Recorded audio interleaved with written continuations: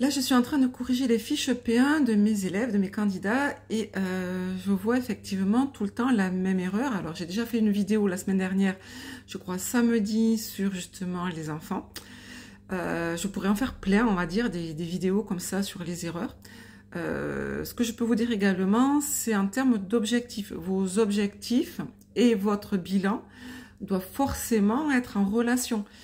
C'est-à-dire que si vous me dites que, alors bien évidemment, il y aura plusieurs objectifs dans votre soin et dans votre activité, mais au moins que votre bilan reprenne au moins un des objectifs. Si vous me dites que l'objectif, par exemple, du change, c'est d'éviter l'érythème fessier, est-ce que bilan, est-ce que justement votre change a permis justement à l'enfant de ne pas avoir d'érythème fessier?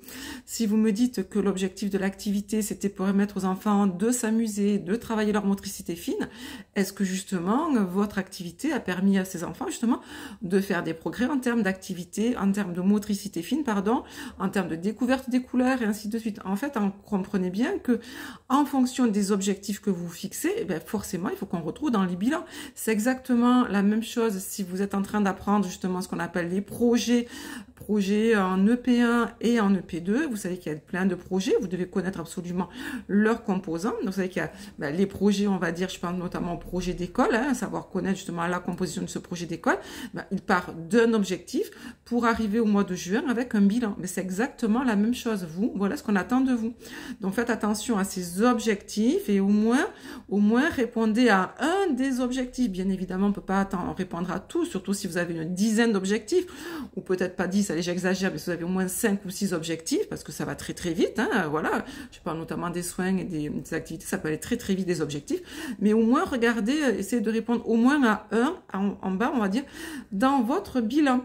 Et n'oubliez surtout pas la remédiation, ça j'insiste bien, la remédiation c'est 9 points, beaucoup de candidats, je vois les fiches où il n'y a quasiment pas de remédiation, donc c'est pas possible. Donc en fait ces candidats perdent directement, bon s'il n'y avait pas eu la correction bien sûr, mais auraient perdu sinon directement 9 points. Alors à savoir attention que vos fiches ne sont pas notées, mais bien évidemment c'est votre oral qui est noté. Donc c'est-à-dire que si vous n'avez pas mis de remédiation dans vos fiches, on va vous dire alors à ce moment-là, tiens qu'est-ce qui n'est pas allé, qu'est-ce qu'on aurait pu améliorer, et vous bien sûr vous n'y avez pas réfléchi en amont, donc forcément vous n'allez pas dire, vous allez dire comme beaucoup de candidats, moi je le vois quand je fais passer des examens, rien, tout était parfait, il n'y avait absolument rien, et donc là forcément vous avez on va dire une attitude qui n'est pas du tout professionnelle, puisque chaque professionnel doit se remettre en cause. Donc voilà, donc là c'est 9 points au moins. Donc voilà, c'était le petit conseil un petit peu du soir, j'espère que ça peut vous aider. N'hésitez pas à vous abonner aussi, surtout si vous en voulez d'autres, des conseils, et venir surtout à nos ateliers. Voilà, il y a plein d'ateliers le samedi. Je rappelle que ces ateliers, ils vont être bientôt pleins. Attention, les places sont limitées. Là, chaque année, à partir du mois de janvier, février, mars, alors là, je refuse du monde, parce que voilà, c'est vraiment limité pour justement que ce soit convivial. Donc, si vous voulez vous inscrire, c'est maintenant. Il ne faut pas attendre le mois d'avril, il n'y aura plus de place. À très bientôt.